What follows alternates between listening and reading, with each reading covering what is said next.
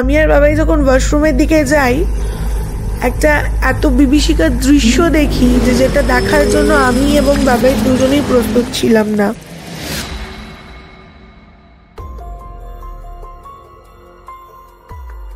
স্বাগত সকলকে প্রেক্ষাহিনীর ৬৭তম এপিসোডে। আজকেও একটা নতুন হাড়হিম করা ঘটনা নিয়ে আমি চলে এসেছি তোমাদেরকে শোনাবো বলে। এবং আজকের ঘটনাটি খুব একটি সুন্দর জায়গা, কিন্তু ওখানে এরকম অনেকই হন্টেড জিনিস ঘটে থাকে অনেক মানুষের সঙ্গেই। সেখানেরই একটি ঘটনা আমাকে সেই ৩ বন্ধুর মধ্যে এক বন্ধু লিখে পাঠিয়েছে এবং সেই ঘটনাটাই আমি তোমাদেরকে শোনাবো পড়ে। ওরা ঠিক আমাকে যেইভাবে বলেছিল, কারণ আমার সঙ্গে ওভার কল কথা হয়েছিল, তো যেমনভাবে ওরা আমাকে ঘটনাটা বলেছিল ঠিক সেইভাবেই আমি তোমাদেরকে ঘটনাটা রিপ্রেজেন্ট করব। আজ থেকে ১-১.৫ বছর আগের ঘটনা। এই ঘটনাটা খুব পুরনো নয়, তবে ওরা কলকাতা থেকে গোয়া ঘুরতে গিয়েছিল, তো সেখানে এই ঘটনাটা ঘটে যাওয়া। তো সেই ঘটনাটাই তোমাদের সঙ্গে শেয়ার করব। দেরি করছি না, চলে যাচ্ছি সরাসরি ঘটনাটিতে। হাই অলিভিয়া দি, আশা করছি তুমি খুবই ভালো আছো। বহুদিনের শ্রোতা আমি তোমার। অনেক ঘটনাই শুনেছি, আমার খুব ভালো লেগেছে। তবে আমি তোমার অনেক ঘটনা দেখে ইন্সপায়ার হলাম যে না, আমিও ঘটনাটা তোমাকে পাঠাই। কারণ আজ থেকে ১ বছর আগে আমরা যখন গোয়া ঘুরতে যাই, আমাদের সঙ্গেও একটা, এটা আমি বলতে পারবো না এটা প্যারানর্মাল নাকি অন্য কিছু, বাট ফার্স্ট অফ অল জানিয়ে রাখতে চাইছি আমি ভূত বিশ্বাস করতাম না, বা এই সমস্ত নেগেটিভ জিনিস আমি কোনোটাই ট্রাস্ট করতাম না। হ্যাঁ, ভগবান আছে, এটা সত্যি কথা, বাট ভূত জিনিসটাকে আমি একটু অ্যাভয়েডই করতাম। মানে কেউ বললে হয়তো আমি ইগনোর করে বেরিয়ে যেতাম, কিন্তু এই জিনিসটা আমার সাথে হয়তো ঘটেছে বলে হয়তো এখন আমার একটা জায়গায় গিয়ে স্ট্রাইক করে যে হ্যাঁ, হয়তো আমার সঙ্গে এটা ভৌতিকভাবেই ঘটেছে। তো যাই হোক, মেন ঘটনাটা হলো বহুদিন ধরেই প্ল্যান করছিলাম গোয়া যাব, বাট সামহাউ সেই প্ল্যানটা কোনোভাবেই সাকসেসফুল হয়ে উঠছিল না। আমার নাম রাহুল, আমার ফ্রেন্ডের নাম মৈনাক, আর আরেকটা ফ্রেন্ডের নাম হচ্ছে সৌদীপ্ত। তো আমরা ৩ বন্ধু মিলেই আর কি ঘুরতে যাওয়ার একটা প্ল্যান করি গোয়া, বহুদিন ধরে, যেটা আর কি বললাম। তো সেটা সামহাউ আমার ছুটিতে হলে ওর হচ্ছিল না, ওর হলে মৈনাকের হচ্ছিল না, তো এইভাবেই একটা গোলমাল হচ্ছিল। তো যাই হোক, আমরা ফাইনালি ছুটিটা কনফার্ম পাই ১ সপ্তাহ, এবং আমরা একটা ব্যাচেলর ট্রিপে বেরিয়ে যাই গোয়া ঘুরতে। কারণ আমরা কেউই ম্যারিড ছিলাম না, তো ৩ জনেই ঘুরতে যাই। সঙ্গে সঙ্গেই আমরা ফ্লাইটের টিকিট কাটি, সেখান থেকে আমরা ডাইরেক্ট গোয়ার ফ্লাইট নিয়ে আমরা গোয়া পৌঁছে যাই। এবং গোয়ার যেটা এখন নতুন এয়ারপোর্ট করেছে, যেটা সাউথে, সেখান থেকে আমরা চলে যাই সাউথে একটা হোটেল, যেখানে আমরা আর কি বুকিং নিয়েছিলাম সেই হোটেলে। ভীষণ ভালো পরিবেশ, ভীষণ ওয়ার্ম ওয়েদার ছিল, ভীষণ একটা কুল মাইন্ড সেট আপ নিয়ে আমরা ওখানে গেছিলাম। তো ওখানে আমরা এটাও জানতাম যে ওখানে নাকি গাড়ি ঠাড়ি ভাড়া নিলে সেটা আর কি ওরা রেন্টেড নেয়। তো আমরা একেবারে ডাইরেক্ট ৪-৫ দিনের গাড়ি ভাড়া নিয়ে নিয়েছিলাম যে আমরা গাড়ি করে সব জায়গায় ঘুরবো। এই যেই বলা সেই কাজ, আমরা তাই করেছিলাম। আমরা গাড়ি নিয়ে রওনা দিয়ে পড়ি বিকালের দিকে একটু বিচ সাইডে ঘুরতে। তো সেদিনকে বিচে ঘুরেছিলাম গাড়ি ঠাড়ি নিয়ে, তারপরে আশেপাশে কোনো ছোট ছোট রেস্টুরেন্টে গেছিলাম, একটু ডান্স ফান্স করেছিলাম, খাওয়া দাওয়া করেছিলাম, দিয়ে আবার আমরা রাত্রিবেলায় বাড়িতে চলে আসি। সেদিনটা খুব ভালোই কেটেছিল। পরের দিন সকালেও আবার বিচে গেছিলাম, একটু বসলাম ওখানে, খাওয়া দাওয়া সব কিছু করলাম, নিয়ে আমরা গাড়ি নিয়ে বেরিয়ে যাই ওল্ড গোয়া চার্চ, তারপরে আরও নতুন নতুন ওখানে অনেক কিছু ঘোরার জায়গা রয়েছে, সেগুলো সব ঘুরে আমরা একটা রেস্টুরেন্টে যাই লাঞ্চের জন্য। তো সেখানে গিয়ে আমরা ওদের খুব ওয়েল বিহেভিয়ার, খুব ভালো, সেখানে লাঞ্চ টাঞ্চ করি। এবং ওখানে দেখছিলাম অনেকেই গল্প করছিল, তো আমরা ওখানে গিয়ে জিজ্ঞাসা করলাম যে দাদা, এখানে কোথায় কোথায় আর ঘোরার জায়গা আছে? তো তারা আমাদেরকে সেইভাবে ম্যাপ বলে দিল। তো আমরা ঠিক করলাম যে হ্যাঁ, রাত্রের দিকেই তাহলে ওই দিকটা দেখতে যাব। অনেকেই এখানে যারা গোয়া গেছো তারা হয়তো জানবে যে আগোডা যেটা রয়েছে সেটা বিকেল 4টে 4:30 পর বন্ধ হয়ে যায়। তো যাই হোক, আমরা আগোডা ফোর্ট থেকে বেরিয়ে আমরা চলে গিয়েছিলাম হচ্ছে অঞ্জুনা বিচে সানসেট দেখবো বলে। অঞ্জুনা বিচে যখন আমরা যাই, ওখানে গিয়ে একটুকুনি গল্প টল্প করি, একটা ক্যাফে ছিল সেখানে বসে আড্ডা ঠাড্ডা দিই, এবং ওইখানে আড্ডা ঠাড্ডা দিয়ে এবার আমরা ঠিক করি যে আমরা এবার নর্থে বাগাতে ঘুরবো, দিয়ে আমরা সাউথে ব্যাক করব। প্রথমেই বলে রাখতে চাই, সাউথ থেকে নর্থের ডিস্টেন্স অনেকখানি, কারণ প্রায় 3-3.5 ঘন্টা ট্রাভেলিং টাইম লাগে নর্থ থেকে সাউথ আসতে এবং সাউথ থেকে নর্থে যেতে। আমরা যখন বাগা থেকে বেরোই তখন প্রায় 11টা-12টা বাজে, কারণ গোয়া মানেই whole night parties, whole night মজা। তো সে কারণে আমরা চেয়েছিলাম যে কটা দিন ওখানে থাকবো পুরো এক্সপ্লোর করব গোয়াটাকে আমরা। তো যাই হোক, আমরা ওখান থেকে ঘোরাফেরা করি এবং ভীষণ এনজয় করি। দিয়ে আমরা গাড়িতে চাপি, আমরা মানে আমাদের সাউথের দিকে আসার চেষ্টা করি। আমরা যেই হোটেল রুমটা নিয়েছিলাম, তখন মৈনাক বলে যে বন্ধুটা আমার ছিল, ও বললো আমরা বেকার বেকার জানিস তো সাউথে থেকে গেলাম, আমাদের আজকে রাত্রিটা নর্থে থেকে গেলেই বেটার হতো, এখানে সারা রাত এনজয় করে নিতাম, তাহলে হোটেল ফেয়ারটাও আজকে দিতে হতো না, আমরা কালকে আবার যেখানে থাকতাম সেখানে একটা হোটেল নিয়ে নিতাম। তো আমার তখন একটু মনে হলো যে হ্যাঁ সত্যি, কিন্তু লাগেজ টাগেজ তো সবই সাউথে রাখা, তো ঠিক আছে কালকে আমরা চেক আউট করে বেরিয়ে যাব, দিয়ে যেখানে যেখানে থাকবো। এই গল্প করতে করতে আমরা গান শুনতে শুনতে মজা করতে করতে সাউথের দিকে রওনা দিই। তারপর খানিকটা রাস্তা যখন আমরা আসি, দুদিকটা পুরো অন্ধকার, মাঝখান থেকে রাস্তা গেছে, আর আগেকার দিনের সেই পুরনো যে কনস্ট্রাক্টিং বাড়ি ওখানকার খুব সুন্দর, দেখে মনে হয় যেন কাঠের বাড়ি, বাট না, গোয়ার বাড়ির স্টাইলগুলোই খুব সুন্দর হয়, ভীষণ ইউনিক হয়। আর ওরম ফুলের বাগান, সামনে একটা করে গ্রেভইয়ার্ড। তো সেই জিনিসটা দেখে না ভীষণই একটু অন্যরকম লেগেছিল যে প্রত্যেকের বাড়ির সামনে একটা করে ক্রস লাগানো গ্রেভইয়ার্ড, এ আবার কী রে ভাই। তো আমরা এরকম কোনো দিনই দেখিনি। তখন মৈনাক একটু বেশ ভয়ই পাচ্ছিল ব্যাপারটা নিয়ে, যে এরম অন্ধকার রাস্তা আজকে না এলেই নয়, সকালবেলায় আসতাম।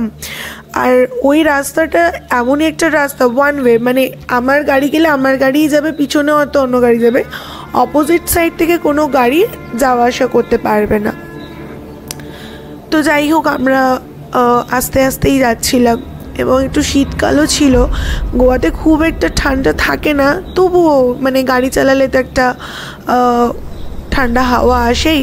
তো ওই রকমভাবেই আমরা আস্তে আস্তে আস্তে আস্তে অন্ধকার দিয়ে যাচ্ছি। খানিকটা রাস্তা যাওয়ার পর দুদিকে পুরো ঘন জঙ্গল, মাঝখানে আমাদের গাড়িটা স্টপ হয়ে যায়, এবং আশেপাশে কোনো বাড়িঘর ছিল না। তার প্রায় হয়তো 1/2 কিলোমিটার যেতে হবে, তবে গিয়ে হয়তো বাড়িঘর ছিল, বা এই আমরা যেদিকে সোজা যাচ্ছিলাম সেখান থেকে হয়তো আর একটু খানিকটা গেলে সেখানে একটু লোকালিটি পেতাম। কিন্তু আমাদের গাড়িটা যেখানে স্টপ হয়ে যায় সেখানটাতে ঘন দুদিকে দুটো জঙ্গল, আর আমাদের গাড়িটা স্টপ হয়ে যায়। তো তখন কি করব বুঝতে পারছিলাম না।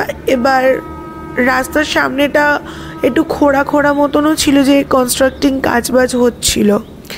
তো আমি অনেক চেষ্টা করি যে গাড়িটাকে স্টার্ট করবার, কোনো মতেই গাড়িটা স্টার্ট হতে চায় না।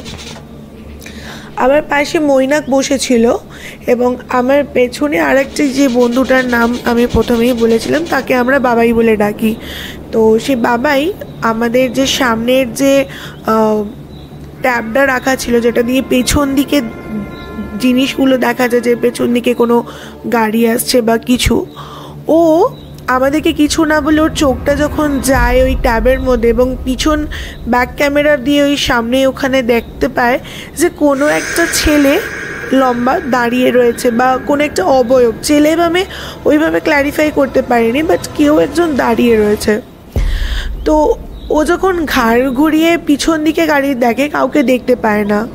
ও আবার সামনের দিকে ওই ট্যাবের দিকে যখন তাকায়, ও দেখতে পায় ওখানে দাঁড়িয়ে রয়েছে। বাট যখন ও পিছন দিকে ডাইরেক্ট, ও দেখে বুঝতে পেরেছিল যে এটা একটা কিছু নেগেটিভ জিনিস। তো আমি যখন গাড়ি থেকে বেরোতে যাই, তখন আমাকে বলে গাড়ি থেকে বেরোস না, দাঁড়া, এক কাজ কর, আমাকে একটু আমার ফোনটা দে তো, যেটা সামনে রাখা রয়েছে চার্জে।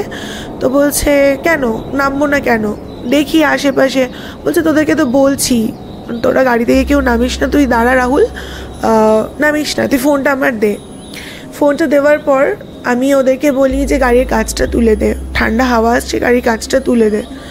তো ও একটু মানে ইতস্তভাবেই আমাদেরকে এই ব্যাপারটা বলছিল। তো আমরা বাধ্য হয়ে তখন গাড়ির কাঁচটাও তুলে দিই, আর ওকে বলি কি হয়েছে বলতো, তুই গাড়ি থেকে নামতে দিচ্ছিস না, এরকম। আর ও একটু ধার্মিক ব্যাপারগুলো এসব খুব ফলো করে। তো যাই হোক, ও হয়তো কিছু দেখেছিল, তখন আমাদেরকে কিছু বলেনি। তো আমরা ওকে আমার ফোনটা দিয়ে এবার ও ফোনে হনুমান চালিসা চালিয়ে দেয়। অদ্ভুত ব্যাপার, তার 5 সেকেন্ডের মধ্যেই গাড়িটা স্টার্ট নেওয়া হয়ে যায়, এবং যেহেতু সামনের দিকটা খোদাই করা ছিল আমরা এগোতে পারছিলাম না গাড়িটা নিয়ে ঠিক মতন করে, কারণ গাড়িটা যদি একবার খাদের মতন ওই জায়গাটাতে একটা চাকা যদি পড়ে যায়, গাড়িটাকে যত চেষ্টা করি আমরা মানে কোনো গাড়ি টানা ছাড়া নিজেরা ঠেলে তাকে তুলতে পারবো না, অত শক্তি নেই। তো যাই হোক, আমরা আস্তে আস্তে করে গাড়িটা পিছন দিকে করতে থাকি। ও বারবার ওই ট্যাবের দিকে তাকাচ্ছে, পিছন দিকে তাকাচ্ছে, ট্যাবের দিকে তাকাচ্ছে, পিছন দিকে। তো আমি বাধ্য হয়ে তখন ওকে বলি কি বারবার পিছন দিক আর সামনের দিক দেখছিস বলতো। ও কথাটা তখন বলে যে আরে দেখছি গাড়ি টাড়ি আসছে কিনা, পিছন দিক করছিস গাড়িটা বলে। যখন আমরা 50 মানে হাফ কিলোমিটার মতন যখন আমরা ব্যাকে এসছি, তখন একটু লোকালিটি ছিল, তো ওখানে একটা বাড়ির নিচে একটা ছোটো চায়ের দোকান মতন ছিল, আমরা যাওয়ার পথে দেখেছিলাম। তো সেই চায়ের দোকানটাতে আমরা দাঁড়াই একটু চাটা খাবো বলে। যখন ওখানে নামি, তো তখন আমরা ওই লোকটিকে বলি যে দাদা এখানে সামনে কনস্ট্রাকশন হচ্ছে, এদিক দিয়ে ওইখানে যাওয়ার রাস্তাটা কোথায়, আমরা যাব কোলবা বিচে।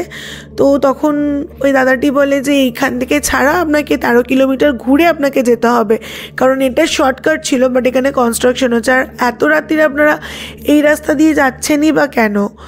তো তখন আমরা বলেছিলাম কেন, কি ব্যাপার। তখন মৈনাক একটু ভীতু ছিল, তো মৈনাক বলছে কেন দাদা এই রাস্তা দিয়ে না যাবার কি আছে। তো মানে কোইন্সিডেন্টলি ওই যিনি লোকটা ছিলেন চায়ের দোকানের ল্যান্ডলর্ড, সে বাঙালিই ছিলেন, মানে সে এখান থেকে কলকাতা থেকে ওখানে গেছে বিজনেস করার জন্য। তা তখন তিনি আমাদেরকে বললেন যে না দাদা এই রাস্তাটা ফাঁকা রাস্তা থাকে, খুব বেশি লোকালিটি থাকে না, চোর ডাকাতেরও তো ব্যাপার থাকে, আপনারা তো এখানে মানে ট্যুরিস্ট ঘুরতে এসছেন, এবার এখানে অনেক রকম চোর ছিনতাইবাজ সবই তো থাকে বুঝতেই পারছেন, আর অন্ধকার রাস্তা, মাঝখানে প্রায় 1.5-2 কিলোমিটার জঙ্গল পড়বে, তারপর আবার লোকালিটি পাবেন। তো অতটা গেছিলেন আপনারা, ব্যাক করে এসছেন অনেকটাই, ঠিক আছে অসুবিধা নেই, আপনি চাটা খান, আপনি এই দিক দিয়ে চলে যান। সে লোকটাও খুব একটা যে খুলে আমাদেরকে কিছু বলবে সেটাও সে লোকটা কিছু বললেন না। তো লোকটার মধ্যে মানে একটু ইতস্ত পাচ্ছিলাম যে উনি মানে ওই রাস্তাটা দিয়ে গেছি বা যাব বলে উনি আমাদেরকে মত দিচ্ছিলেন না। তো যাই হোক, আমরা 13 কিলোমিটার রাস্তা ঘুরেই আমরা কোলবাতে পৌঁছাই, এবং আমরা আমাদের রিসর্টটাতে যেটা আমরা নিয়েছিলাম সেখানে আমরা ঢুকি রাত্রিবেলায়, এবং সামাও মৈনাক নিচে দাঁড়িয়ে দাঁড়িয়ে সিগারেট খাচ্ছিল। আমি আর বাবাই ঘরের মধ্যে এসে একটু ফ্রেশ হচ্ছিলাম, আর ও নিচে ওই বাইরে যে আমাদের লনটা ছিল ওখানেই দাঁড়িয়ে সিগারেট খাচ্ছিল। তো সিগারেটটা খেয়ে ও যখন রুমের দিকে আসছিল, তখন ওর কেন জানি না মনে হয়েছিল যে আমি ওকে ডেকেছিলাম বলে বা কিছু। তো ও ওপর দিকে তাকিয়ে যখন চিৎকার করে বলে হ্যাঁ যাচ্ছি, তো আমি আর বাবাই ঘরেতে বলা বলি করছি যে কাকে বললো ও যাচ্ছি। তো যাই হোক, ও উপরে আসে, এসে কথাবার্তা বলে আমাদের সঙ্গে। তো আমি তখন বললাম তুই কাকে বললি যাচ্ছি, তো তখন ও আমাকে বললো যে তুই তো আমাকে ডাকলি। আমি ডাকলাম। তো যাই হোক, এই করে আমরা রাত্রিবেলা যখন শুতে যাই লাইটটা অফ করবো বলে, তো মৈনাক বলে যে তোরা শুয়ে পড়, আমি লাইটটা অফ করে দেবো রাত্রিবেলায়। তো বাবাই বলে না না তুই শুয়ে পড়, আমি লাইটটা অফ করে দিয়ে শুচ্ছি। তো যাই হোক, বাবাই যখন লাইটটা অফ করতে যায়, তো তখন একটা রুমের কোণে কিছু একটা শ্যাডো মতন দেখতে পায়। তো ও ভাবে যে হয়তো কোনো গাছের পাতার শ্যাডো এরকমভাবে ঘরের মধ্যে পড়েছে। যখন শুয়ে পড়ি মাঝরাত্রিরে আমার বাথরুম পায়, তো তখন আমি বাবাইকে বলি বাবাই তোর তুই তো জেগে আছিস, তোর বেডের পাশে বেড সুইচটা আছে, একটু অন করবি, আমি বাথরুমে যাবো। তো বাবাই বলে তুই যা না, আমি চল তোর পেছন পেছনই যাচ্ছি। বলে যে ঠিক আছে, বাবাইও বাথরুমে যাবে। তো আমি আর বাবাই যখন ওয়াশরুমের দিকে যাই, একটা এত বিভীষিকার দৃশ্য দেখি যেটা দেখার জন্য আমি এবং বাবাই দুজনেই প্রস্তুত ছিলাম না। যখন আমরা ওই বিভীষিকাময় দৃশ্যটা দেখি, মানে ভাবনা চিন্তার বাইরে, যেটা কি করে পসিবল। একটা ছেলে দাঁড়িয়ে রয়েছে এবং ছেলেটির বাঁ দিকের পোর্শনটা, সেই রক্তাক্ত মুখটা পুরো থেতলে গেলে যেরকম হয় ওই রকম পুরো থেতলে গেছে, চোখটা নেই বলা যায়, আর দাঁতের চোয়ালটা পুরো বেরিয়ে ঝুলছে, রক্ত টপ টপ টপ টপ করে সারা শরীর থেকে পড়ছে। তো ওই জিনিসটা দেখে মানে বাবাই তো রীতিমতন অজ্ঞান হয়ে যায়, সেন্সলেস, এবং আমি দেখে বীভৎসভাবে চিৎকার করে উঠি। মৈনাক তখন বেড সুইচটা জেলে ও দৌড়ে আমার কাছে আসে, এসে জিজ্ঞাসা করে কি হয়েছে। সো কোনো লাইটটা জ্বালে আমি যখন মৈনাকের দিকে পিছন দিকে তাকাই, এবং তাকিয়ে যখন সামনের দিকে দেখি, আমি চোখে আঙুল দিয়ে দেখাবো, কিন্তু আঙুল দিয়ে দেখাবো কি, কিছুই তো তখন ছিল না লাইট জ্বালার পর। কোনো রকমের আমরা বাবাইয়ের চোখে মুখে জল দিয়ে আমরা বাবাইকে সুস্থ করে তুলি, এবং সুস্থ করে তোলার পর মুখে চোখে জল দিই। তখন প্রায় 2:30-3:30 বাজে, এবং সেই টাইমটা হচ্ছে বলে যে ডেভিলস টাইম। তো সেই টাইমে আমি যে ওকে কিছু করব বা কিছুভাবে আমরা বেরোবো, মানে কিছুই বুঝে উঠতে পারছিলাম না। তখন বাবাই আমাদেরকে বলে যে তোরা একটাই কাজ কর, এই সময় যে কারোর ফোন থেকে হনুমান চালিসা চালিয়ে দে, আর কিছু দরকার নেই, তোরা হনুমান চালিসা চালা, কিচ্ছু হবে না, আমি কথা দিচ্ছি তোদেরকে। তো যাই হোক, রুমের মধ্যে যে কারোর প্রেজেন্স একটা ছিল সেটা আমরা বুঝতে পারছিলাম রীতিমতন। এখনও যে তোমাকে আমি ফোনে ঘটনাটা বলছি, মানে রীতিমতন আমার গায়ে কাঁটা দিচ্ছে। এবং সেই সময় আমরা হনুমান চালিসা চালাবো সেই ক্ষমতাও হচ্ছিল না, যে ফোনটা হাতে নিয়ে হাত থটর করে কাঁপছিল আমাদের। কোনো রকমের ফোনটা অন করি এবং হনুমান চালিসাটা চালাই। তো তার কিছুক্ষণ পর ঘরের মধ্যে যেন যার প্রেজেন্সটা ছিল, সেই প্রেজেন্সটা আর আমরা বুঝতে পারছিলাম না, সেই নেগেটিভ জিনিসটা আমরা বুঝতে পারছিলাম না। হয়তো আমি একা দেখলে হয়তো লোকে ভাবতো যে আমি ভুল জিনিসটা চোখে দেখেছি বা আমার মনের ভুল, কিন্তু বাবাই আর আমি দুজনে দেখি এবং বাবাই সেখানে সেন্সলেস হয়ে যায় ওরকম দৃশ্যটা দেখার পর। কোনো রকমের আমরা 1 ঘন্টা ওই হোটেলে কাটাই, যেহেতু বাবাই এই সমস্ত মানে ঠাকুর পিশাচ এইসব ব্যাপার ওর মধ্যে একটু জ্ঞান ছিল। ও বলেছিল কোনোভাবেই এই রাত 3টের সময় আমরা বাড়ি থেকে বাইরে বেরোবো না, আর যদি বাইরে একবার বেরোই, গাড়িতে একবার উঠি, আমাদেরকেও অ্যাক্সিডেন্ট করিয়ে দেবে, আমরা নাও বাঁচতে পারি। তো এই 1 ঘন্টা আমাদেরকে কোনোভাবে ঘরের মধ্যে কাটাতে হবে এবং সেটা হনুমান চালিসা চালিয়ে দিতে হবে। তো আমরা কোনো রকমের 4টে অবধি ঘরের মধ্যে ছিলাম। 4:30-র সময় আমরা ঘর থেকে বেরোই, চেক আউট করে দিই হোটেল। তো তারা আমাদেরকে জিজ্ঞাসা করে যে স্যার কিছু হয়েছে প্রবলেম বা কিছু, আপনারা চেক আউট করে দিচ্ছিলেন।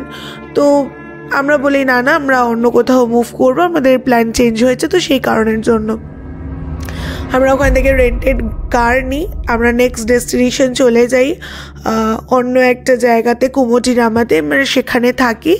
এবং আবারও ওই যাওয়ার পথে ওই লোকটির দোকানে আমরা মর্নিংয়ে চায়ের জন্য যাই, তখন লোকটির দোকান বন্ধ হয়ে গিয়েছিল।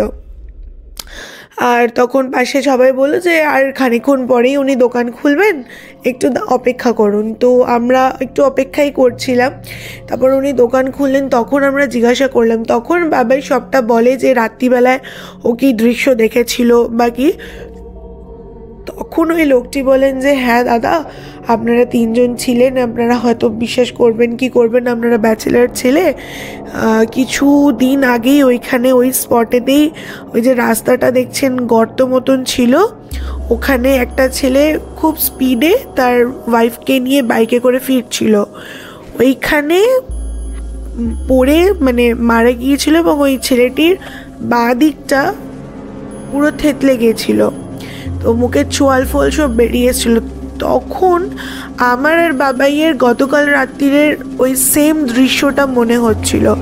আর লোকটি যখন বললো যে একটা হোয়াইট আর রেডের চেক টি শার্ট পরেছিল, মানে তখন আমরা শিওর হলাম যে হ্যাঁ, আমরা যে দৃশ্যটা দেখেছিলাম ওটা কোনো ভুল না, ওটা ওই দৃশ্যটা, ওই ছেলেটির আত্মা এখনও ওখানে, মানে আমরা যখন গিয়েছিলাম তখনও অবধি ওখানে ছিল। কারণ তার কিছুদিন আগেই ওই ছেলেটির ওখানে অ্যাক্সিডেন্ট হয়, 3-4 দিন আগে। তার জন্য ওই রাস্তাটা মানে খোঁড়া ছিল, ওইভাবেই ছেলেটির অ্যাক্সিডেন্ট হয়েছিল। কারণ এতটাই খুঁটখুঁটে অন্ধকার রাস্তায়, মানে কেউই সামনের লোককে দেখতে পাবে না ওখানে। ওই জন্য আমাদের যেহেতু গাড়ির আলো ছিল বেশি, সেই কারণে আমরা সামলে নিতে পেরেছি।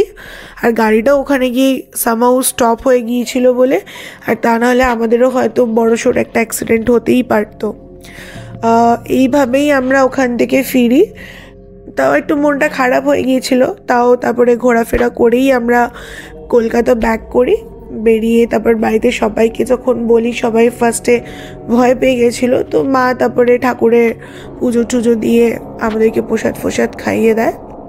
শেষে আরও একটা কথা জানিয়ে রাখতে চাইছি দিদি, বাড়িতে ওই যে যখন আমরা সবাই মাকে এই ঘটনাটার ব্যাপারটা বলি, তো তখন মা যায় ঠাকুরমশাইয়ের কাছে এবং জিজ্ঞাসা করেন যে ঠাকুরমশাই এটা কেন ঘটেছিল। কারণ এরকম তো এর আগে কখনো ওদের সঙ্গে ঘটেনি, বা এরকম কোনো জিনিস আমার ছেলে বিশ্বাসও করে না। আমার ছেলে ভয় পেয়েছে, মানে সত্যি সত্যি কিছু একটা ঘটেছে। তো তখন ঠাকুরমশাই বললেন যে হ্যাঁ, ওদের 3 জনের মধ্যে কারোর একজনের রাশ খুব হালকা ছিল, আর ওদের 3 জনের মধ্যে কেউ একজন আধ্যাত্মিক ব্যাপারে খুব স্ট্রং, মানে ভীষণ ঠাকুর বিশ্বাসী বা পুজো আচ্ছা করে। তো তখন মা বলে যে হ্যাঁ, ওর একটা বন্ধু আছে বাবাই, সে আর কি ব্রাহ্মণের ছেলে এবং সে খুব পুজো আচ্ছা নিয়ে সব থাকে। তো ঠাকুরমশাই বললেন যে হ্যাঁ, ওই কারণের জন্যই ওদের সঙ্গেও গেছিল মুক্তি পাবে বলে, যে কোনোভাবে যদি মুক্তিটা পাওয়া যায়। যেহেতু ছেলেটি অপঘাতে মারা গেছে, নতুন বিয়ে করেছে, তার একটা বাড়ির প্রতি তো টান থাকেই, তো সেই কারণের জন্যই এই জিনিসটা হয়েছিল। তবে ভয়ের কিছু নেই, ওকে এই ঠাকুরের ফুলটা নিয়ে থাকতে বলবি, আর কোনো অসুবিধা হবে না। তো তারপর থেকে আজ 1 বছর হয়ে গেল, আমাদের সঙ্গে কোনো রকমেরই আর কোনো রকম নেগেটিভ কিছু ঘটেনি। তবে ইচ্ছা আছে সামনের বার আরও একবার যাওয়ার গোয়াতে, এবং সেই দোকানদারটার সঙ্গে যদি দেখা হয় তো খুব ভালো। আমি তাকে আরও একবার জিজ্ঞাসা করব যে আর এরকম কোনো ঘটনা অন্য কারোর সাথে ঘটেছে কি না, বা ওই জায়গাটা এখন ঠিক আছে কি না। তো এটাই ছিল গল্প দিদি, আশা করছি তোমার ভালো লাগবে। যদি ভালো লাগে শুনিও তুমি তোমার মতন করে। এটাই ছিল আজকের ঘটনা। আশা করছি আমার সকল শ্রোতা বন্ধুদের খুব ভালো লাগবে। এরম আরও নতুন নতুন ঘটনা শুনতে হলে তোমাদেরকে কিন্তু আমাকে ঘটনা পাঠাতে হবে। আর আমাদেরকে ঘটনা পাঠাতে হলে তোমাদেরকে আমাকে হোয়াটসঅ্যাপ করতে হবে। তবে হোয়াটসঅ্যাপ নাম্বার হচ্ছে 8100408986। আমাদের জিমেলে তোমরা মেল পাঠাতে পারো। আমাদের জিমেল হচ্ছে prethk266@gmail.com। আমাদেরকে ইনস্টাগ্রাম, ফেসবুকেও তোমরা ফলো করে ঘটনা মেসেজ করে পাঠাতে পারো। আর যারা যারা মনে করছো যে আমাকে কল করে ঘটনা বলবে, তাদের উদ্দেশ্যে বলে রাখতে চাইছি, আমাকে কল করার টাইম হচ্ছে সকাল 12টা থেকে রাতের 8টার মধ্যে। আমাকে কল করে আমাকে ঘটনা তোমরা শেয়ার করতে পারো, এবং সেই ঘটনাটা যদি আমাদের পছন্দ হয়ে থাকে আমরা আমাদের চ্যানেলে অতি অবশ্যই শোনাবো। এবং সুন্দর ঘটনা তোমাদেরকে পাঠাতে হলে আমি আরও একবার বলে রাখছি, নিচের ডেসক্রিপশন বক্সে সমস্ত লিঙ্ক নাম্বার প্রোভাইড করা রয়েছে, তোমরা সেখান থেকে আমাদেরকে ঘটনা খুব ইজিলি পাঠিয়ে দিতে পারবে।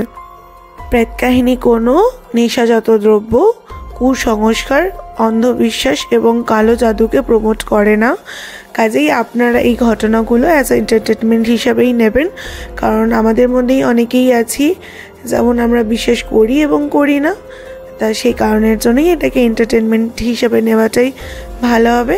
আবার নতুন ঘটনা নিয়ে নেক্সট উইকে তোমাদের সঙ্গে দেখা হচ্ছে। সঙ্গে থেকো আর এইভাবেই সাপোর্ট করে যেও। ধন্যবাদ।